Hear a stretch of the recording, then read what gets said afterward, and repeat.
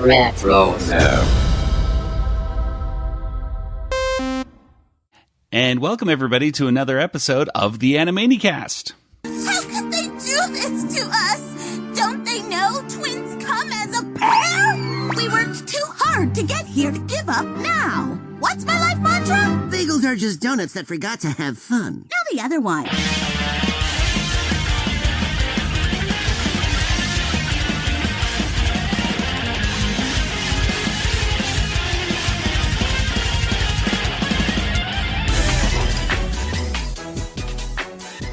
And welcome everybody to our first episode, I suppose, of Lookin' at Looniversity.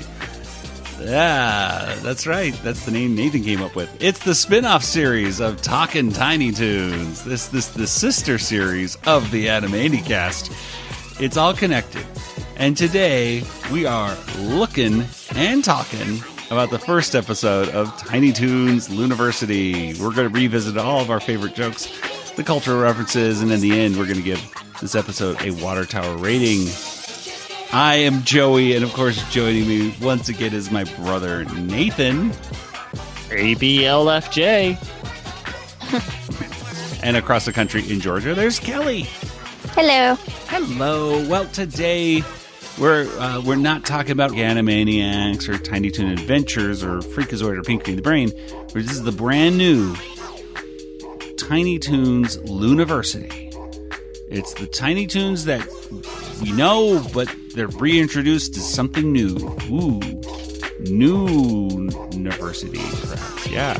Anyway, yes, this is our first one in the series, and it's called Freshman Orientoontion. Is that how we pronounce that? Freshman Orientoontion. Okay. Mm-hmm. Yeah. Gosh, I gotta ask you guys, if someone were to ask you about this episode, to summarize it, I don't know, in just like a few words. I don't know. What would you tell them, Kelly? Unexpected song. Oh, yes, that's true. It did have an unexpected song. I agree. And Nathan, what about you? It's like Tiny Toons, but they're a little different. It is a little different. Well, before we get into all of our discussion about this Tiny Toon Looniversity show, I think what we better do, I did mention this online and in our previous episode where we had a special, we were guests on the Pointcast, and I mentioned it on the intro for that. We want to make sure that we leave the Animaniacs reboot on a positive note, because I don't think it's any mystery.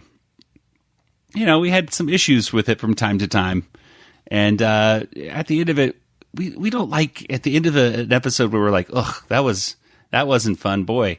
You don't it wasn't feel good. Everything we wanted. No. Or something. Yeah, exactly. At the end of that, who wants to go and do that and then feel like kind of like bleh at the end? So we said we gotta pick this up. So we asked people online to share their thoughts and tell us what is something that you liked about the Animaniacs reboot, just so we can kind of close the book on the Animaniacs reboot and on a positive note. And we got a lot of responses. In fact, we got so many responses that we were not going to be able to get through them all today. There's no way. And even though my intent was just give me one thing and we'll fly through them, some people were like, I got to tell you. And they started telling me like a lot of sentences. So in order to be as fair as possible, we're just going to run through a few of these each episode. So Nathan and Kelly are going to share, just a couple for today. And then I have a couple quick emails to read through, and then we'll move on to our conversation about Tiny Toons Looniversity. So this one right here comes from Jeffrey. It says, while hearing Rob, Jess, Tress, and Maurice reprise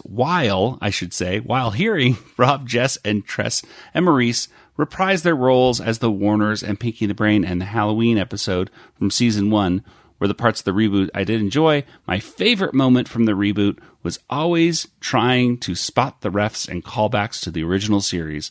It was like playing the most fun game of Where's Waldo, and the showrunners And while the showrunners weren't true fans of the original series, the animators that were working on the reboot were true fans by placing some of their favorite references and callbacks in the original series in various episodes. And even the opening, that is truly Fabu. That is true. I agree. Like even the backwards, the little 2 for an A for wacko, those kinds of cool references, visual references were neat. Let's see. We got another one in here. Let me just see if I could find it real quick. Here we go. This one's from Daniel. And this one's a little long. So, Daniel, forgive me if I skip past some of your stuff as I'm speed reading this. Here we go. Hi, Animanicast. I saw your tweet asking for positive views of the reboot, and I thought I'd weigh in. First, the animation. Oh, Lord, the animation. Most of the studios they got for the reboot hit the animation right out of the park. Second, the music. I enjoy the return of Steve and Julie Bernstein as well as the new composers whose names elude me. Finally, I'm a big fan of the newer variety segments as well as the Pinky the Brain shorts. I hate to break it to you, but as many before have argued and as many after me will argue, Pinky and the Brain got better treatment in terms of writing than the Warners. And I'm editing stuff. I'm reading this, Daniel, but I'm not necessarily reading it out loud.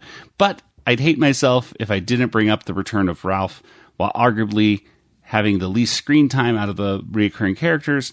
He's the one character from the original that barely changed, and any changes were definitely for the benefit of the character. There we go. Hope you find some of this useful, Dan. Thank you, Dan. That was and there's a lot of other stuff in there too that I enjoyed reading, but for the sake of time, we're moving on. So, Kelly, why don't you tell us a couple people? What do we got here on Facebook that was of note? I've got one from This Means Podcast. I like the voice cast returning, the Jurassic Park parody teaser that got us all hyped, the Pinky and the Brain maze in the electric car short, the studio executive and her arc around the Warner siblings, many of the musical numbers, and the Chicken Boo reveal. All right. And then I've got Joel Mabfitty says, I love that they had an episode featuring the old characters and their parody of Jurassic Park in the first episode. And then Joe Talarigo says, I really love when the promo was released with Spielberg. Just seeing them on screen again made my inner child smile. I also loved when Pinky got catfished. So I like those because we all like the Jurassic Park parody. I wonder why Kelly picked those. Yes. I mean, they were close together when I was reading down the comments, but yeah, they just kind of grabbed my attention. I don't know why. Somehow it's just that your eyes just magnetized to those. I mean, you know. Okay. All right. Thank you, Kelly. Nathan, what else we got on Twitter, X, whatever we're calling Twitter X. All right. The best part of the reboot, well, the Animaniacs are all together again for One Did It For Me. That was for Joker Freak, 1973. This is from Slapman, Keyroy 315. The dragon. I love Benedict from the reboot. He was one of the few breakouts for me. I wished he had more peers in the reboot. Toon Central. Here's the things that about the revival that he liked: the animation, Rob Paulson, the third season, Pinky and the Brain, the songs. Going through, there's a little description of each of those, but I'll just say the first word on them. All right. Yes, I know. That's the thing. There's a lot of great stuff. And if you out there would like to share your thoughts, thank you, by the way, to the listeners who did share those thoughts. And we'll share some more in the upcoming weeks as we continue to, talk about Tiny Toons Looniversity. And yeah, we'll kind of revisit what people liked about the reboot. From time to time. We could go over our rating too, and I could tell you what your favorites one. Unless you want me to do that now. We'll do that. We'll do that in a future save one. Yeah, save that to see what that. Yes, and we have some. I'm sure we'll have some final thoughts and continuing thoughts on that series because it is the Animanicast after all. Hey, what do we? It's what we do. We're not gonna. We only talk about Star Wars now in the bonus audio usually, at least mostly. Yeah, a little bit. Yeah. Well, it's time, before we get into our discussion, let's go over when this episode kind of premiered in a weird way. It premiered 2 dates because it streamed on HBO. Well, I'm sorry, Max. On all the episodes. In fact, all 10, and there might be more. No, so there's 3 more that were data mined, but they're going to push them out for season 2. That's what I thought, which is not a good news, I think, for the second season, you would think, right? Because unless the second season is going to be longer, or you know what I mean? Like, I'm thinking 3 episodes pushed over to the second season, which probably means it's not it's 2 seasons of 10 episodes would be my guess. You think back to the original Animaniacs, they kind of left their worst episodes for season 2. So they put all their best episodes in season 1, and then season 2 was just like they didn't have enough time really to develop season 2. I mean, this would be a different case. But a lot of Goodfeathers episodes that weren't that great. Yeah, exactly. That weren't kind of ready for prime time, but they're just like, well, we have it. Fox wasn't too happy they have about that. Extra footage. So I wonder if that's the case with these Tiny Toons episodes too that they didn't air. That might be like, well, here's our best ones. Yeah. Interesting. Okay, well, we'll see. At any rate, today, we might go to the air dates later on, or we might even do both. I don't know. Yeah, I don't know. We'll have to see. So, Nathan, why don't you give us the Looney Facts for September 8th theme song? It's the Looney Facts for September 8th theme song, and it goes like this, and it sings the song, and my name is Nathan. I know the song is good, and it's getting better. September 8th. I liked your optimism right there when you said it was getting better. It's like, better, is it? It's pretty much the same. It was something was happening. All right. Well, Nathan, what facts do we have today for September 8th? Okay, so September 8th, 2023. I'm not even going to look at other years. Oh, okay. This is so exciting. Wow, that's just because this is like, so we're recording this just less than a week away from September 8th. So I'm like, you're just going over the news. Yeah. Okay. Donald Trump is no. Here we go. My Big Fat Greek Wedding 3 is released in theaters. That's right, folks. You too can watch My Big Fat Greek Wedding 3 now in theaters. Also, Nun 2. So it's a sequel to the movie Nun. That was also released on September 8th, 2023. In television, The Changeling, based, I think, off the movie of the same name.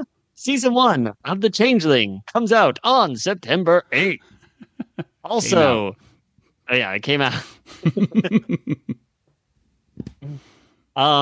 Selling the OC on Netflix. I'm not sure what that's about, but that's a TV show. It came out on September 8th. There were some also straight to streaming movies like Sitting in Bars with Cake and Blood Flower. I think that's a straight to. I think might not even be. I think we're finding out there's too much content. Yeah, it's also Looniversity is released on HBO Max. All 10 episodes. There we go. See, all the things that you could have watched if you did not watch Tiny Toons Looniversity, I suppose. Right? Yeah, I think this is a much better choice than all of those. We'll see. I'll hold my thoughts until the end. I'm going to do like a Scott hasn't seen thing, or I'm going to try not to give my impressions and stuff of it. All right. Ooh. Okay, so let's go ahead and get into our discussion here of freshman Orientoontion.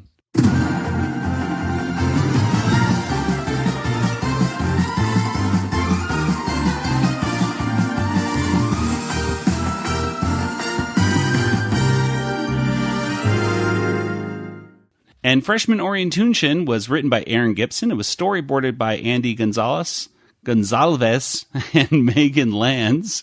And it was directed by Andrew Dixon. And, well, this one right here, by the way, animation by Snipple. And, this is the reintroduction, I suppose you could say, of not just the Tiny Toons, but of Tiny Toons Looniversity.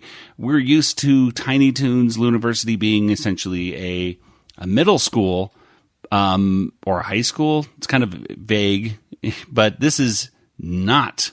All these kids are college kids. So coming in, starting it up, we have Yosemite Sam, who I guess is the groundskeeper of Tiny Toons Looniversity. He's making sure that everything's clean. There's an anvil with a magnet as their main statue, and he kind of has there's some dirt on it. It actually has some Latin on it, by the way, that says future essere ridiculum, which I probably mispronounced the Latin, but it basically means the future will be ridiculous.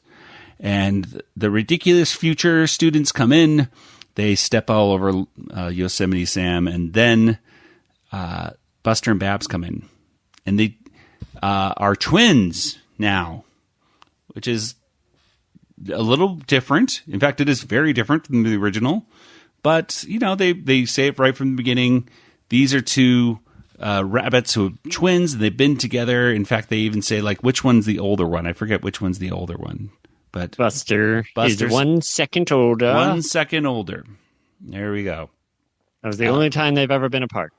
It's the only time. So they're going to find out what dorm they're going to stay in. And Buster is in Fudd Hall, I believe, and Babs is in Merry Melodies. And that doesn't make them happy. So they have to split up and go to 2 different dorms.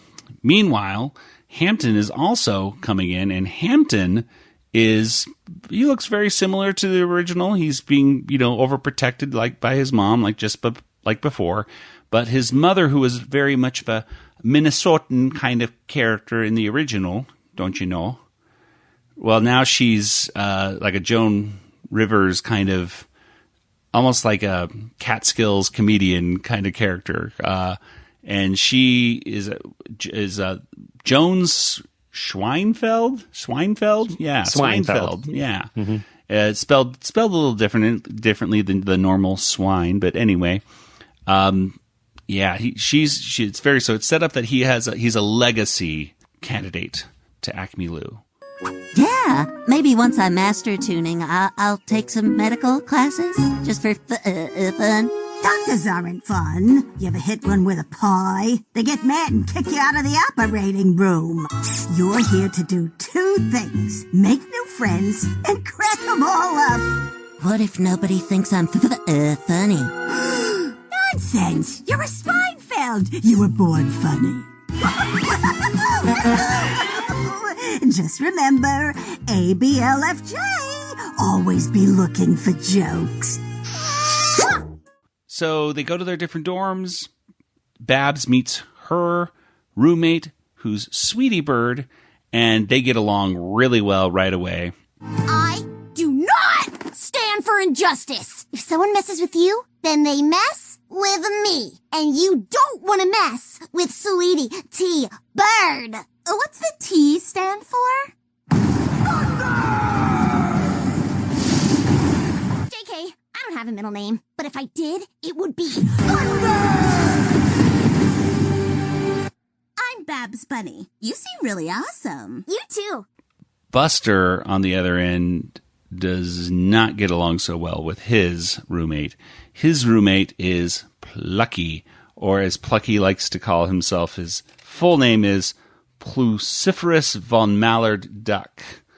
And they proceed to have a huge fight over who gets the top bunk. Whoa there, buddy. I was gonna take the top bunk. Really? What a fascinating tale. Listen, Plucky, there are rules to choosing bunks. Let's rock, paper, scissors for it. I'm sorry, the only game I play is 3-dimensional chess. Draw straws? Who would verify the results? Not my legal team. They're backed up with my exploratory lawsuits. And they build castles and they, blow them up. And it's this long musical number about all that, to the point where Hampton comes in. I guess, is Hampton also their roommate as well? Yes. It's a 3-person dorm. They're really packing them in. These There's dorms. only 2 beds. Wait, is it? Yeah, wait a minute. Was there only a bunk bed and there's no? They only third show one? the bunk bed. They don't. Yeah. I mean, we can assume there's another one. There's a off third. camera. There was a few dorms, I think, at my campus that were like that. There was I don't know. Oh, so after Hampton comes in, it basically is the end of the act, and there we As are. I decided. This is my decision. Yes. This ends the act. This ends the act, according to Nathan. Show Now notes. that, Hey, we yeah. might be a little bit wrong on some of these things because at this point the wiki has not really been constructed. We got to be totally transparent on this because we're making this up as we go, and so some of the things like the breaks, we're watching it mostly on HBO Max. Which Kelly means- watched it with commercials, but she doesn't So- remember where the commercials were. Nope. So we might be a little bit off on the exact act break, but that's But I think- approximately. should be. And there. I'm picking ones that I was like, this would be a good spot if I were Yeah. to make an act break. I'd put it here. If Nathan was running the TV show. If I was writing a show, if I was going to put a commercial, I'd put it right here. Okay, so Hampton comes in, commercial break. There we are. So there's our intro cultural reference. I kind of went through the main one, I think, which was the Latin and the thing. But I guess there was, the main thing that we're going to see a lot in Tiny Toons Looniversity is really references to Looney Tunes cartoons. And a lot of the characters in the background are all Tiny Toons characters. And I'm very curious to see how many of these background characters are actually going to talk. Like will Dodo ever say something? Exactly. Dodo was always, he wouldn't shut up in the original because he's so wacky. Yeah. And this is just very calm and he just kind of sits in the background and smiles. And which is fine, but it kind of makes me wonder, like, boy, what's going to happen with I think Fifi has a different.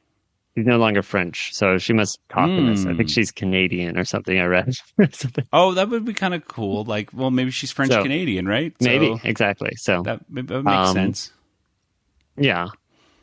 All right. Well, so what did you guys think of this intro? I mean, I guess specifically, Buster and Babs come in. They took 2 wrong turns at Albuquerque, not just the one, like Bugs. That's a reference to Looney Tunes. Yeah, it is. But what did you guys think of this this intro? Were you in for it? Were you okay with it? Because this whole twins thing was kind of Weird. making her scratch our heads when we heard the concept. But I don't know. It was weird. It was weird for Kelly. Okay. Yeah, I just can't get over them being not related. I mean, they're friends, and them having to be like such codependent twins on top of that. Are y'all still there? Yeah. Oh, okay. Just listen patiently. We were just listening quietly. It was like, Yeah. So it's just weird. It's completely different characters, I guess, in a lot of ways, because the original characters were pretty confident and self-sufficient, but they did work great as a team. So I don't know. It wasn't bad. It's just weird when you know something one way for 30 years. Yeah. And then it changes on you. Totally. I agree. It is definitely different. They are the same, but they're completely different. Nathan, what did you think? Because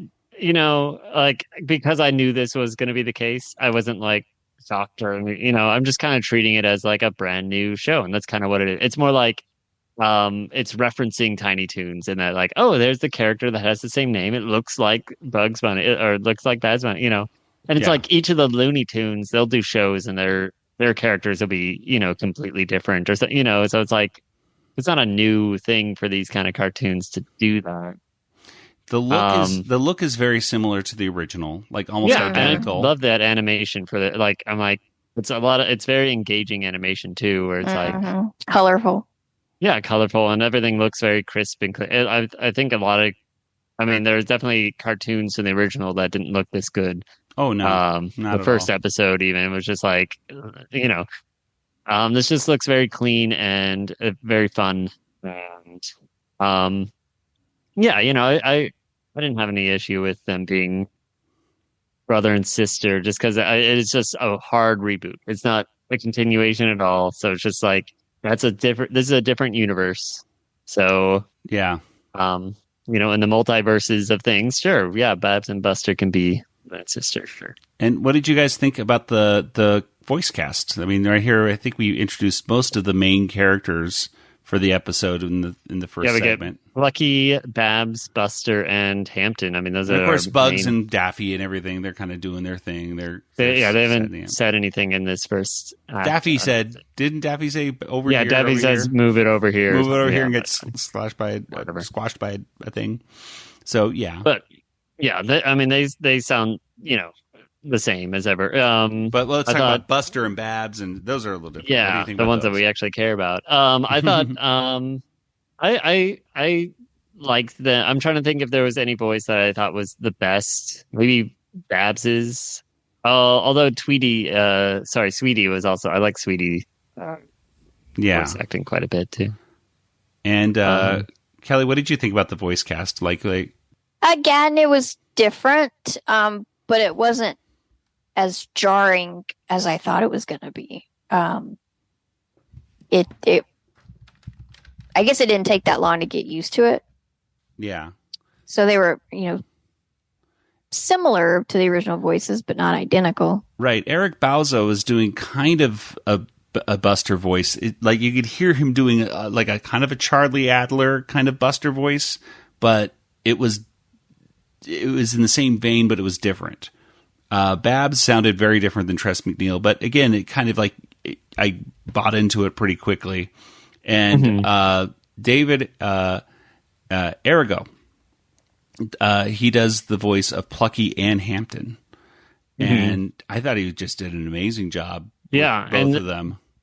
The original actor or the voice actor for both of those characters has passed, right? Both of them passed away. Yes, yeah, a while ago. So yeah, there was no way to get them even if we wanted to. Yeah. But he did I think a really good job. And even there's a little. I think it might be in the next segment, but Hampton says cuckoo, and it sounds a little bit Southern. So there's a little bit of Southern thing going on with Hampton this time. And I like a little porky piggish thing where he's like friends. Yeah, I try to say friend. It says yeah. So there's a little bit of that, which, but again, it wasn't anything too jarring when it came to their voices. And like you said, it's just, look, I'm just going, when you go into it just as a brand new thing and try to disconnect yourself from the original, even though it's hard at times. Yeah, it can be hard, but you take them as there's a cameo reference. This character is an homage to Babs and Buster Bunny. They're homages, and I'm kind of thinking like I need to look at this series. Like I figured really early on that I need to kind of look at this series like the reboot of DuckTales, where thank you, Kelly. Whereas like Huey, Dewey, and Louie in the original series all have the same voice.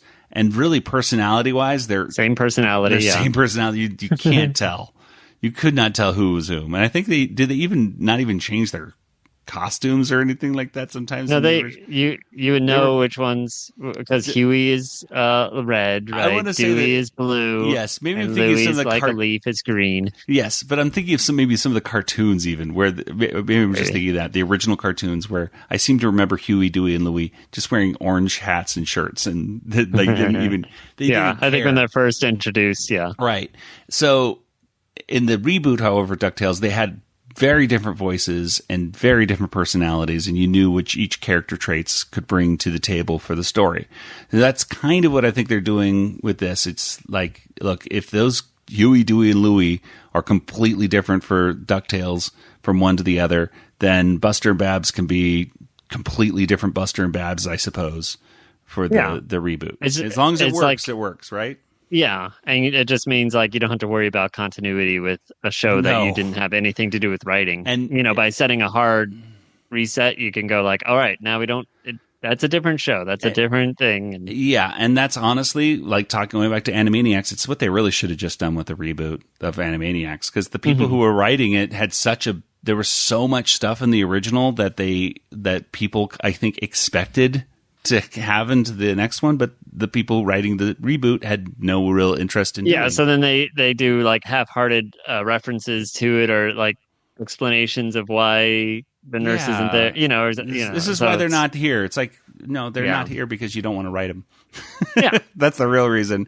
They So wish it's they just just like- did a hard reboot like they were doing here with Tiny Toons. It probably would have been a little bit more successful with that. Yeah, especially mindset. keeping the same voices and things like that. I think it was a good. Well, anyway, let's go and move on to segment 2. And Kelly, what happens here in the second act of this first cartoon? Okay. The students are all in class and they've got to basically do the first exam already. For your first assignment, I want to see something original, something unique. I want to see your best gag. You have 1 week, and whoever aces this first assignment will also get a coveted spot in the Freshman Hall of Fame. This is how we settle it. And since Buster and Plucky were arguing about who got the top bunk, they decide that this is going to be the way they decide who wins that place of honor. And so they're working on practicing the exam, but Hampton is really stressing out about this whole thing. His mother put so much pressure on him. And so Buster is going to help him practice and prepare. And since Bab is still wanting to try to get in the same dorm with Buster, she and Sweetie go visit the RA, who happens to be Shirley the Loon. And she's like, that's above my level of consciousness or something like that. So she tells them to go to the dean. And they start approaching the dean's office.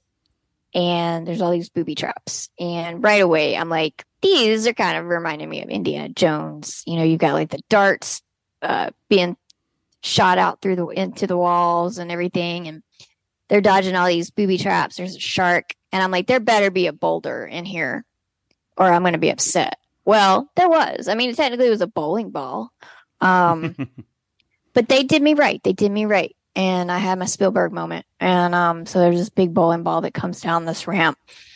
And they jump over this chasm and evade it. And then it like knocks into a bunch of bowling pins. And so then they get to the dean's office. And the dean comes out. It's real like intimidating. She's in silhouette with like these glowing eyes. And then she produces like these 2 little pink teacups. And it's the lady that used to have Tweety Bird, the older Just Granny. Yeah, Granny. I think her name's just Granny. Yeah. Yeah. So it's that character. And so she's the dean. And she challenges Babs to an arm wrestling match. Thinking it would be nice if we could live together at Acme Lou. Uh-huh. Interesting. Babs, Acme Lou is a place where toons come to discover themselves as individuals. But I don't want anybody to be unhappy. So here's the deal. We arm wrestle for it. You beat me, you get to go back to living with your brother. I win, and let's just say everybody's gonna know about it. Know about it. I think Babs kind of starts to realize that it may not be such a bad thing to room with Sweetie. And then she ends up losing the match. Well, there we go. So it's kind of, did that go a little bit into segment 3, Nathan? Yeah, well, I think Oh, it sorry. technically ends right there. I think in Kelly's version, Okay. there's a commercial break right after that, basically. Okay, because I was just looking at your notes, and it says if she can beat her in arm wrestling, and then it didn't say. And then Yeah, they won, that's and what then I she did. won. I was like, oh, that's when it should go. Okay, that's when you thought it should end, but that's Yeah. not right. Okay, so Kelly did it right. You didn't do it right. Okay. Ha All right. So in this, like Kelly mentioned, I mean, yeah, there's the main reference that we could see was the Raiders of the Lost Ark, Indiana Jones kind of stuff, which was cool to see. I also kind of saw, I don't know, I thought Red Dead Redemption when Plucky and Buster kind of squared off with each other and said, we're going to, I'm going to take you on for this top bunk or whatever, because it goes to a Western kind of shot. But I think it was just a Western kind of shot, like a spaghetti Western kind of thing, more than anything. I thought it looked cool. But I think it's Nathan. You're saying there might be a. Oh yes, that's right. Buster does do a Captain Kirk reference as well. I was like, is that supposed to be Captain Kirk? It did. He did sound like a William William Shatner. It's William Shatner, yeah. Yeah. Buster does a William Shatner impression, we'll just say. Okay, Hampton, we're gonna have to go deeper. Deep into your subconscious to find what's blocking you. I'm gonna show you some images. Just tell me what you see, okay? A mother. It looks like a mother. Looks like a famous comedian mother being disappointed in her son for not living up to her expectations. Plucky directs himself in this one, which was funny to see. It reminded me of things like Konducky or things like that, where Plucky was the director. And it was cute seeing him argue with himself. So I liked that moment. But I thought really it was kind of a hidden, I guess you could call it reference, but you learn that Sweetie's parents, that she has two moms. And she said her moms are punk poets with Aries rising. And at first, when I heard it the first time, I thought she said mom, but no, she has two moms. So that's cool. There you go. Yeah, there are some, I guess you could say, woke things that will pop up in Tiny Toons Looniversity. I mean, Granny is much more of a feminist kind of strong character. Many of them are in this than I mean, previous iterations. Did you talk about Babs's digging arm? That's right. Babs has a digging arm. I didn't mention that in the first segment, and she. Oh yeah, that's something that comes in each of the acts, kind of. Yeah, this digging arm. It reminds me of in Secret Invasion, the meme where I see a lot of people making fun of, where it shows what's her face like flexing one arm, and it looks like Drax. But it was very much the same kind of thing. Like Babs has a digging arm that is real. It's muscular. It is huge. It's called Shirley Chisel. That's the name of the arm. I forgot. Shirley Chisholm. And that's based off Shirley Chisholm. Chisholm, right? Chisholm. Yes. Yeah, Chisholm. Who I learned about in the History of the World all right. part. I was whatever. like, this is a major reference. Yes. And I want to make sure you put it into the new. Hey, thank you for mentioning that. Yes, the new. I guess you could call it Mel Brooks series. It's mostly Nick Kroll series on Hulu. That is the History of the World Part 2. It has a segment that's, I don't think that funny, but I learned about Shirley Chisholm. So there we go.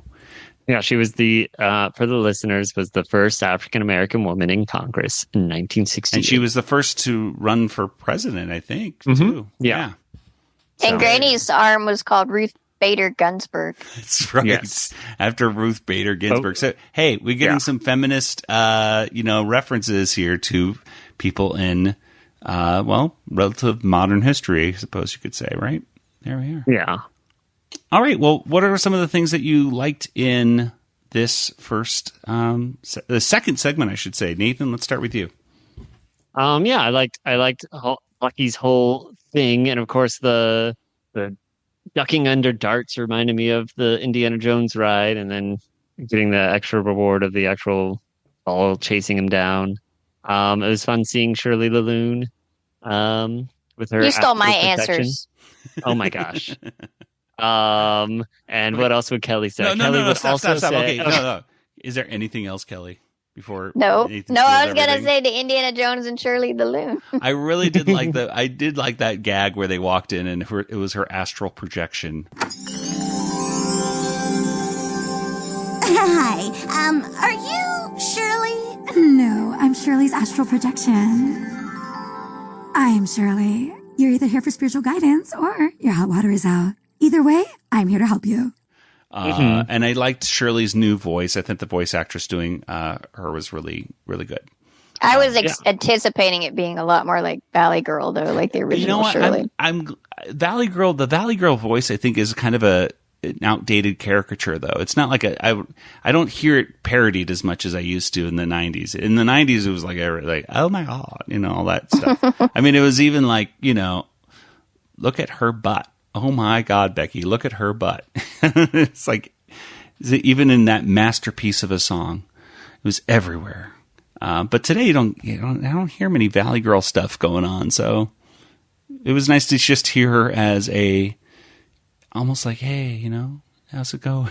Just to soothe. Well, she sounds very intelligent too. She does sound still smart. Yeah. She's just very into. She's got the answers. She can help with your plumbing issues or astro projection. I don't know. I forget what the other thing She's was. the RA in the dorm, so she's older than them, one would assume. Mm-hmm. Oh, wait. Yeah. Well.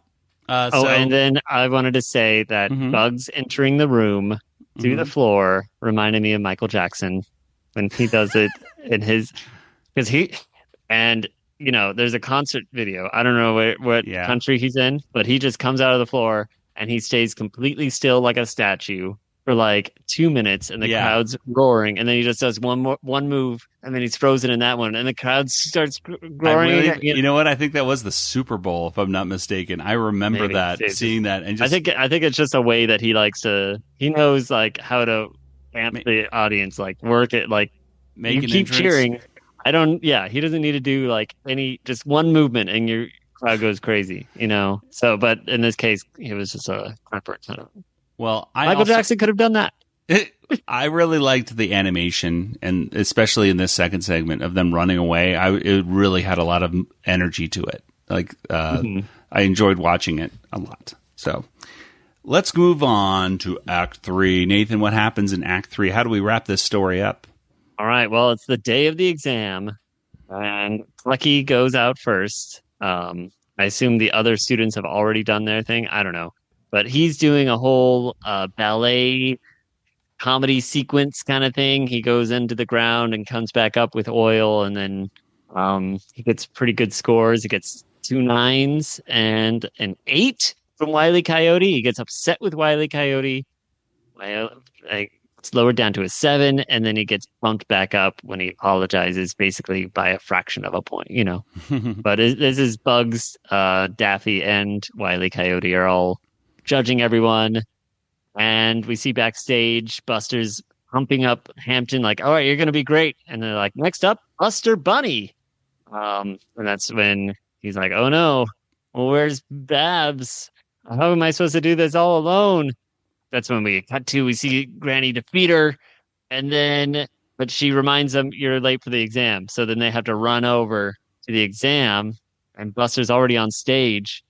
He's kind of like failing, but Babs rushes in and says, let's do routine like 63. I don't know, something like that. And then so they start doing some crazy silhouette dances and start dancing on the ceiling, going down spiral staircases and shooting off into fireworks and all these things. The crowd's going wild, and they get all 9s except Wile E. Coyote gives them a 10.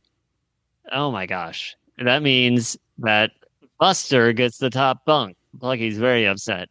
But, Babs and Buster come backstage. They're so happy. Next up, Hampton. Hampton has to go on stage. Oh, no. He's freaking out because, he doesn't know how to be funny. And that's what he ends up saying on stage. He just bawls that out and starts crying and floods the auditorium. You're a Seinfeld. You were born funny. I don't know how to be funny.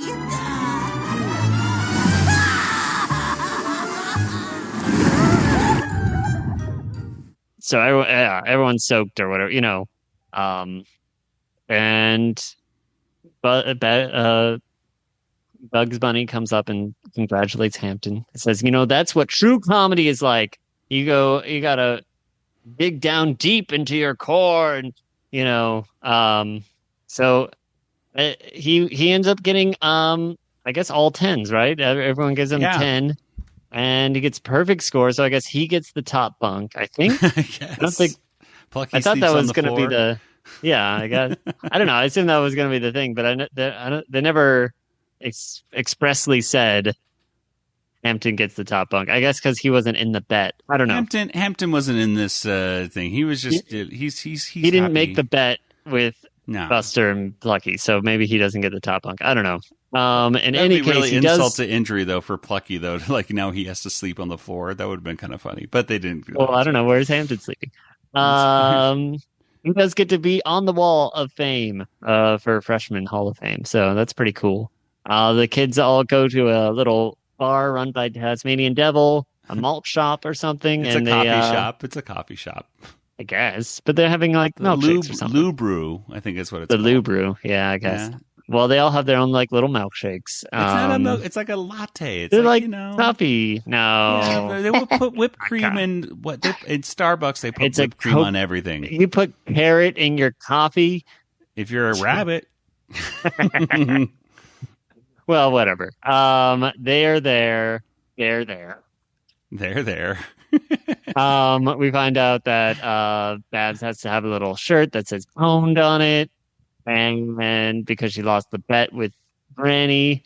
And then and she confesses that she did throw the arm wrestling because she wanted to be roommates with Sweetie. And Buster's like fine because he's like, well, at least I'm friends with Hampton. And Lucky's whatever.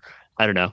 And yeah, so then they break into a whole song and dance routine. Stretchy arms and legs are fantastic. Our eyes pop out of our faces. My emotions turn quite drastic when I get hit with a face. Ouch! We're loony, we're tiny, we're loony, we're Tiny Toons.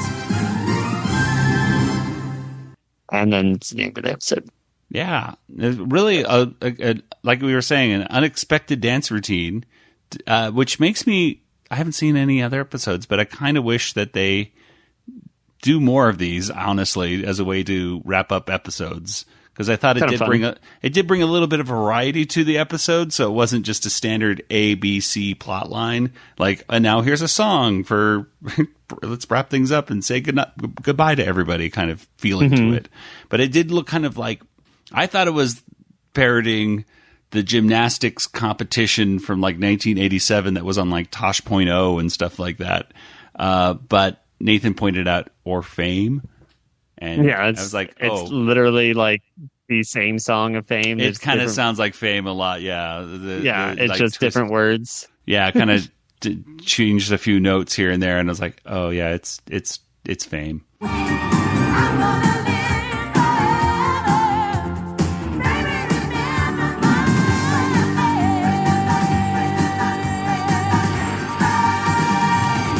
So whatever, but the look of it looks very 80s, fluorescent stuff behind it. So is Fame is in the 80s too. Well, was it the Fames or late 70s? I don't know. I'm not too versed with Fame, even though I was. That's why you'll never have it. I was in Fame in high school. Were you? I was one of the teachers. Still didn't get that? Well, it was a version of it it was a weird version of Fame where it wasn't a musical version. It was the movie was released in 1980. So there you go. Early. But there was a TV show. I guess it was based off the movie. Yeah. Anyway, I was Mr. Shorovsky, I think. I was like and I had to instruct my student, played by my friend Jason, how to play an invisible instrument, I think. I honestly remember it not being a very good... Look, it was intermediate drama. It was not a very good play. Anyway. The TV show is 82, and it had 6 seasons. Oh, my gosh. Wow. 6 seasons in a movie. Yeah, there you go. Fame. That's where it came from. Community. They copied Fame. Just in reverse order. Yeah. Well, let's go ahead and, I guess, talk about what you guys liked about the last segment here. What did you like, Kelly, in this last part? I thought Buster and Babs, their little gag was kind of cute. I wouldn't even call it. But, I mean, I wouldn't call any of them really gag. Lucky Black Swan thing was dance. And it, other than his eyelashes, it wasn't that funny. Because, or the mate, like he was doing that Black Swan eye makeup kind of thing. So I thought it looked really hilarious. But it wasn't that funny. But, and I did think it was funny when, he didn't like, what who was it? Was it Wile E. Coyote? Gave him like the 8. Mm-hmm. No, he gave him an 8, and Plucky got upset, and then he changed it to a 7. And then Plucky kind of was like trying to worm his way back into his good graces, and then he like gave it like a 0.00001 at the end of the 7. And then the dance, the song, at first it was reminding me of Jim and the Holograms. Yeah. Because of like the animation, like the graphics. It was very 80s style. And honestly, Fame is not the first thing that popped into my mind, because I'm like, that reminds me of like a music video from Jim and the Holograms. Yeah. Well, it does kind of remind me of like how like some cartoons though back in the 80s would wrap up like in a similar way though, don't you think? Like, let's sing a song now at the end. So it was unexpected, but it did have that nostalgic vibe to it. Okay. I really like the anime. I mean, again, the animation looked really good in this one. And I really like the look, especially like when they're at the Lubru at the end with that lighting, that like neon lighting on their faces and everything. I was just like, wow, this looks, and when like they're on stage, when Buster and Babs are dancing around the place and the different animation, how the movement of it, again, just really dynamic stuff going on in this one that was fun to look at. For me, I really liked how Sweetie was just really encouraging Babs, and she's like Babs' #1 fan throughout this whole thing. You know, like there's that scene where, you know, she right before she throws the fight, and she looks over and Sweetie is just like has her rabbit ears going, woo, woo, woo, go Babs. And it's just like, that's so cool to see. That was like it was sweet. She's Sweetie Bird. So it was a sweet moment. Nathan, anything else that you noticed in this third segment, the third part, I should say, that you liked? Yeah, I liked the whole Black Swan thing that Lucky was doing, because I'm like, I still haven't seen Black Swan. I did notice it. I mean, it was hard. I didn't mention in the cultural references, but yeah, he does dress as Black Swan. But so I have a theory why Hampton won is the comedy. They felt sorry for him. No, I think it's a reference to the whole new comedy stand-up style that like you could see. We watch like Mike Birbiglia's new kind of stand-ups, and like Tig Notaro doing her like thing about cancer and things like, you know, it's like telling a story and getting like really personal, deep into yourself, and like that's what like stand-up's all about now. It's not like doing a funny, you know. Don't tell a story that's just about. You ever notice how whatever? Yeah, know. It's not like the Jerry Seinfeld joke. It's like going like, oh, I'm going to tell you about the time I went to Michigan, and this is the time, and you know, we saw a cat there, and that cat, you know, it's very funny from a comedian, not from me, but yeah, it's kind of the new kind of. So I wonder if there's a subtle homage to that. And I was just watching the final episode of Fame to see if they do sing "Remember My Name" on the final episode of the TV show. I was like, does it look like this? It doesn't really. But, no. Okay. I thought maybe it was reference. I learned all about pwned. The pwned? When you've been pwned, you know, I was like reading all about where the origins of that. Okay, what's the origin? Because I just thought it just is a cool way of saying owned. I mean, like it's probably a typo because on the QWERTY keyboard, you know, E and O are right next to each other. But the first alleged version of it was well before the internet. It was in like 1935. 2 chess players were playing, and one of them had a bit too much to drink and shouted, "I will pawn to your knight."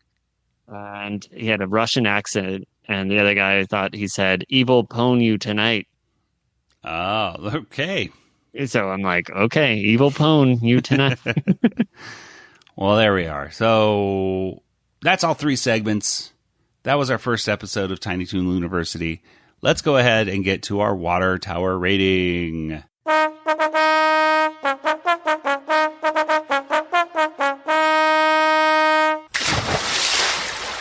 Out of 5 water towers, how many would you give this episode of the first episode of Tiny Toons Looniversity? Nathan, why don't we start with you? All right. I'm gonna go with 4. Just because I had really low expectations coming in, and this surpassed my expectations. And there was a lot of like jokes that weren't terrible. There was like little subtle jokes, like, "Oh, nice suitcase. Did you get it half off?" Because this is half of a suitcase. It was half a suitcase, you know? Ah. And there's a lot of like, references, like Elmer Fudd's not in the episode, but you see it's his dorm, you see his statue, you see things. He died many like, years ago. maybe we'll find out. Oh no. But no, there's a lot of like cool, just that they can at least, even if the characters aren't speaking, just to be able to see all the Tiny Toon characters in the background. And I did like the voice actors. I thought they did a good job. And yeah, the story was fine. Like, yeah, it was 4. All right. Kelly, what about you? I think I'll also give it a 4, largely because of the Indiana Jones reference. But also I like the animation, and like Nathan, I mean, I didn't have high expectations. I didn't know what to expect really. But I thought it was okay. It didn't rely on a lot of like gross humor. I mean, some of like the visual gags, I don't find a lot of that super funny anyways. I'm just such a serious person, but I like I said, I like Plucky's little Black Swan performance. I thought that was kind of funny. And it had a lot of stuff going on, a lot of potential. I mean, it actually had, a real plot threaded through it. Almost felt like a sitcom, I guess. Yeah, I think a lot of these episodes, I think the whole series is going to be much more sitcom based. So we're not going to see those short segments, which is really interesting. Yeah, so it was kind of cool. I will mirror what a lot of you two said. I went in with very low expectations, especially based off that leaked episode that we saw a while ago. Yeah, I was like, if I put that one at a 3, then this is definitely a 4. Or like that one would be. Yeah, like this was like a 5 compared to that episode. Yes, exactly. I'm very curious to see how that one's going to be hopefully fixed. Because my expectations were so low. It was like now, even though I didn't. Like, it's funny because I smiled throughout the whole thing, and I think a couple things made me chuckle a little bit. It wasn't like hysterically funny, but I liked all the voice actors. I really liked the animation. I thought the story was fine, and the message was not. It didn't make me feel. I don't know. Like, it wasn't mean spirited. It was not a mean spirited show. It was just very much like genuine. Nice. It was you know what I mean? And it feels like they really appreciate, like, especially because they appreciate, like, original Looney Tunes so much that it's like, and that's like, oh yeah. And it's written from a point of view of like, just these are characters who are different, but they're getting along with one another, and they're facing adversity together, and they're learning from one another. I'm giving it a 4 out of 5 as well. I say triple agreement. Triple agreement. Because even though it wasn't like, I wouldn't give it a 5 out of 5 because it just wasn't like, oh, it was like hysterically funny in that moment. And like, it didn't surpass like the comedy element of like the original, where I will literally like laugh and remember verbal, like real subtle jokes of the original. Like the writing was, amazing in the original most of the time. Sometimes, some not so great, but, this was it was very amusing, and I enjoyed watching it. So I don't have any major complaints. I think this show is perfect for someone that just casually watched the original Tiny Toons. That isn't like, because I feel like if you didn't like the Tiny Toons at all, you probably didn't like this. Or if you like were obsessed with Tiny Toons because of the subtle changes, you also might not like this. So it's kind of like you have to be right in the middle. I will say the Buster or Babs not know thing, anything about Tiny Toons. Oh yeah, not know anything, and you might like it. Yeah, I will say the Buster Babs thing will continue. I will scratch my head on that for the rest of my life. I do not think they needed to make them brother and sister on this. They could have made them friends, like really best friends, friends, because it's absolutely 100%. Like there was I read some articles on the lead up to this saying, well, they brought them into twins, so they're not just going to be, put down. They're not just going to be harnessed to coupling plots or something like that. And I thought to myself, that happened a few times in the original series, but really it didn't happen that often.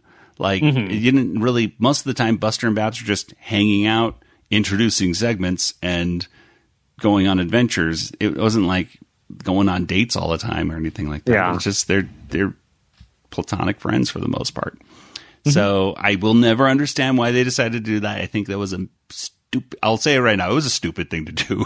Because there's going to be, honestly, because there's going to be a lot of people that I think when they heard that they probably said, I'm not going to watch the show. It doesn't sound good. I think it turned people off of the show when it was really like there's good acting, like voice acting, you know, animation's great, music's fun, you know, like it's engaging episodes. It was a really, I'll just say it. It was a dumb decision. I wouldn't have done that, but whatever. But once you get past it, once you forget about it and you just move on and you just kind of focus on the being more platonic friends I think this first one, they really are going to focus on being brother and sister. And probably in the next few episodes, I don't think it's going to be as big of a part of the plot in other episodes. So I think I think it'll just get better, easier to watch for me. Forget that part. Well, okay. Well, let's go and get to some contact information. Kelly, where can people find you online? I'm on X, Twitter, whatever it is. Yoda Princess, YODAPRNCSS. All right. Nathan. I was on Twitter. Now I'm on X. Django FT, that's me. And he was on Twitter. I was on in this episode. X. He was. If you had messaged me, I would have seen it. So, but you didn't. You never know. As the listener, you did not message me. If you looked. If you message him, you might see it on the next episode of the Animanicast. And as for us, the Animanicast in general, you can just see us on Twitter and Facebook and Instagram and TikTok and YouTube and every podcast player, I should say.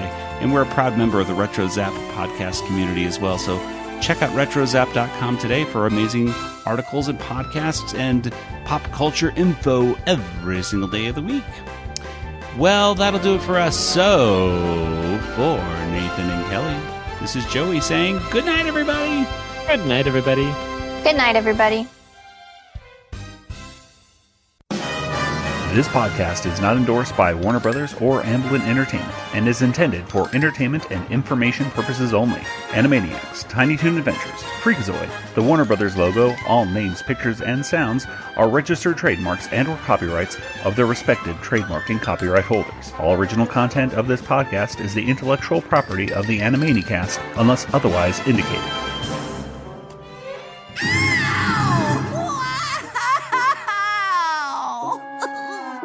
Was that funny?